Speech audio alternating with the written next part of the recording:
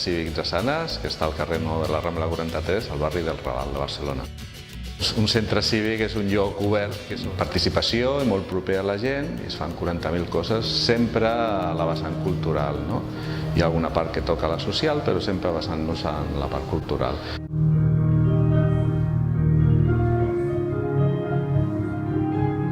Tenim des de tallers, exposicions, cicles de teatre, tenim un casal infantil on cada dia venen 46 nens de 3 a 12 anys.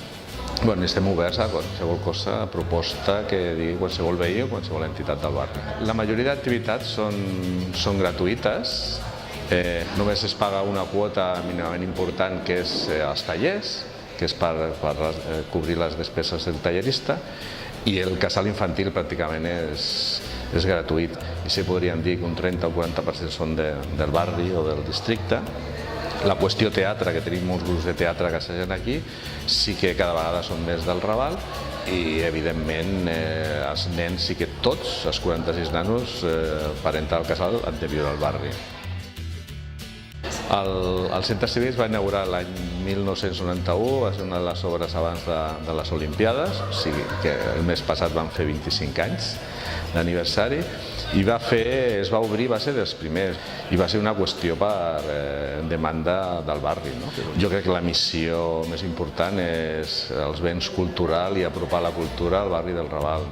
És apropar-los aquí, donar-los aquesta facilitat que puguin veure teatre, que puguin venir al casal infantil, donar classes de repàs pels nens, veure exposicions, xerrades sobre salut. Aquí tenéis las dos armas. Tenéis que coger y practicar. Acabáis de entrar en Empiezas Pacheco. Y ya sabéis qué significa eso. L'any passat, per exemple, jo crec que van passar per aquí unes quasi 100 companyies de teatre. Això va donar peu a fer 60 representacions de teatre durant tot l'any, en 2 cicles molt puntuals, que un és el mes de maig i un altre de novembre, i són coses que no s'han costat res, són intercanvi amb les companyies. Nosaltres oferim cultura i rebem cultura, evidentment, perquè anem a altres activitats que organitzen altres entitats i estem oberts a programar projectes d'algú que tingui un projecte cultural i si l'ofereix i creiem que és convenient i ho podem assumir, doncs endavant.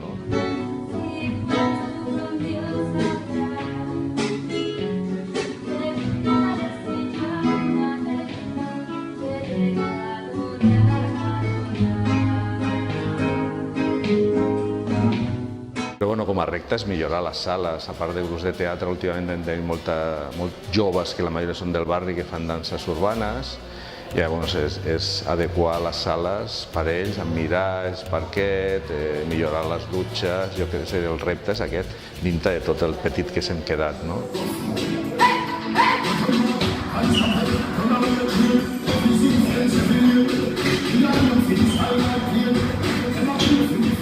El centre sí que està obert totalment i es relaciona amb totes les entitats de barri. Sobretot el punt culminant estem dins de la coordinadora de la Festa Major del Raval, que es fa el mes de juliol, però estem dins també del que és el projecte Infància, on estan totes les entitats que fan activitats infantils. També estem a la taula jove, on estan els adolescents i també programen activitats puntuals de totes les entitats que treballen amb joves del barri. I sobretot és assessorament en totes les entitats del barri, poden venir a demanar-nos a veure si volen fer una activitat, tenim prestat de material, equips de so, focus, o coses mínimes, walkies. Jo crec que el Raval el que té és una potència bestial de tota la gent que viu, siguin joves, gent més gran, que en una reunió pots trobar-te una persona de 18 anys i una altra de 70, i d'aquí, de fora o de 40 països diferents. Jo crec que té aquesta força i aquestes ganes de superar-se i de millorar.